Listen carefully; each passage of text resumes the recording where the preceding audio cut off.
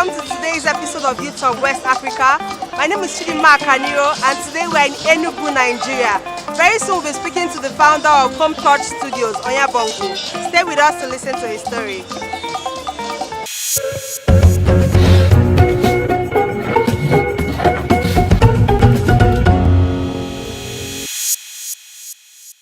My name is Onyeabo. First of all, I'm a graphic artist, and then secondly, I'm a photographer. I can say I'm an entrepreneur. I own a printing press and a photo studio here in Enugu. In 1999, my dad took a loan, went to Lagos, bought 2 sets of computers, and brought them home. Then I started trying out my hands. I went to computer school. I learned how to do graphic designs, and then when I entered university, I started taking pictures of events, shows, parties. I go back to my room, open CorelDRAW, design a 10 to 16 page magazine, enter a bus to Enugu, find one printing press, sleep there, print it out, carry it back to school, and I'll start selling it from hostel door to hostel door. Actually, it was an idea I and my younger brother, had together. So we now turned it into this business. So from time to time, I'll get jobs to do graphic designs for people, students who come to me to help them do their term papers, because I also learned how to type fast. My dad had a typewriter, so I used it to learn how to type very, very fast. So I was very, very fast in typing.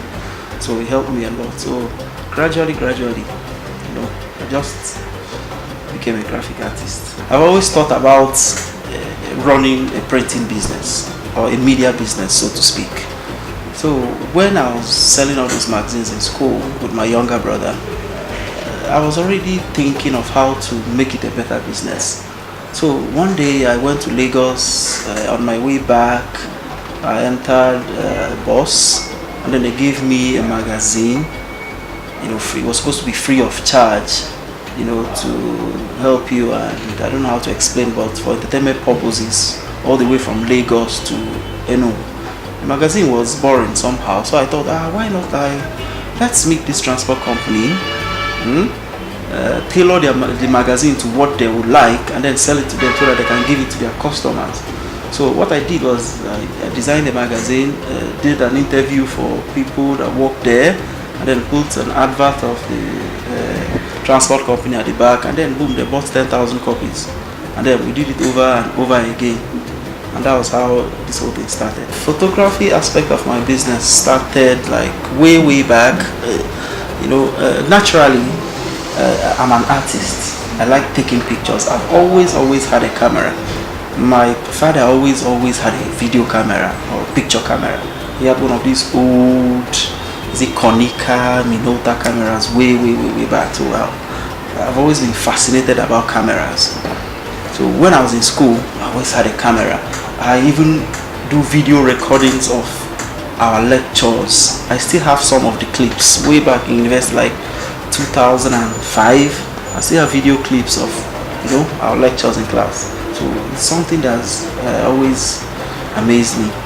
So like 3 years ago, my brother went to film school in New York. He bought a Canon 7D. He was doing all these small documentaries, and then I picked up the camera. One Christmas, I started shooting people. I learned how to use it a little bit, but it was just really point and shoot I was doing really. Until maybe 2 years ago, I bought my own 5D Mark III, and then I taught myself professional photography. When I journeyed into photography, it was really for fun. I didn't really know what the business aspect of it would be until I started it out. So it was not, it's not all fun, because you now get to deal with customers, and you really need to satisfy them in the way they really want to be satisfied. Sometimes you don't even know what they want. Sometimes they don't even know what they want. They rely on you to just, to just perform magic. So and then you need to start buying more equipment and stuff. You need to start employing people. It's not easy at all.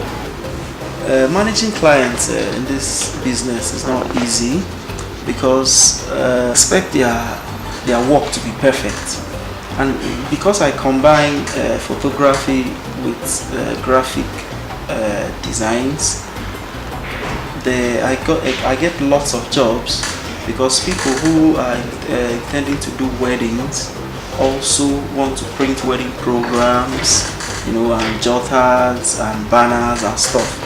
So when we take their pictures, we use it for all those their other wedding stationery. And then they always call you. Some call you early in the morning. Please, when am I coming for the shoot? I say, okay, come by 12. They say, okay, we are coming. And then they don't end up coming by 12. They come by 2 or 3, and then they come with their makeup artist, and then they start making up till it's like 5. And then they say, it's now dark. What are we going to do? Are you going to get nice shots? I say, okay, don't worry, we'll try. If we had come by maybe 12, at least we would have gotten nice shots. I know. And then they don't want to be held responsible for any lapse, in the contract. You have to always treat your customers very nicely. It doesn't matter whether they annoy you or not. You just have to smile and say, it's okay, we can take care of it. It's okay, we can take care of it. And then you try extra hard to make sure that you satisfy them. Getting clients is really hard in this type of business because most of the clients, they want to see what you've done before, and then they get to scrutinize it a lot before they really trust that you can deliver. And then adverts are expensive, billboards are expensive, even sponsored posts on social media are expensive. So you really need to work extra hard, invest a lot of money in attracting the right customers. And then I have a marketing team, like about 3 girls. They take some of samples of our work. They go to schools, go to institutions, and try and market what we do. And some of the time we get clients. And then the social media aspect, Instagram, Facebook. Then people get to see your work on Instagram and go, hey, I saw your this thing on Instagram. Oh, please, okay, I need 200 jotters. How much am I going to pay? Okay, this one. I saw your pictures on Instagram. Okay, I really like them. How much to shoot a wedding? And then we just take it from there. A lot of people want to start businesses. The major problem they have is the finance. Let me say, I don't know how to. This business is my own, and it's my business. Somehow I started it way back. Let me say 2007, but I didn't have a physical office, so I saved, small money, and then with the help of my parents and the bank, got a loan and opened up this place. And I think we'll be able to pay back. Getting employees or staff, it's not that easy because you tend to look at the staff you want to get from your own. You want them to behave exactly like you would. You want them to handle or tackle issues exactly the way that you would. But most of the time it's very hard to see committed individuals. They really look at the business like, oh, it's otger's business, I'll come to work anytime I want. You have to be constantly correcting them. And then you put up adverts for staff, and then 20 people show up, and then only about half of them is employable. For example, when I wanted to get my receptionist, I put out adverts there, and a lot of people showed up, but before I could get who I wanted, it took me about 3 months. I advise job seekers to get some skills or training so that they'll be employable. It's not about saying that there are no jobs or there are no jobs. You have to be employable. I believe it's good to network when you're doing business because it helps expand your business a lot. Like in my own case, I've I've had collaborations with different companies, corporate, fashion industry, celebrities, beauty pageants, radio stations, and stuff like that. So it helps you really to expose your business to the outside world. Then to anybody watching this, I hope it inspires you to go to the next level and don't be afraid when you want to start a business.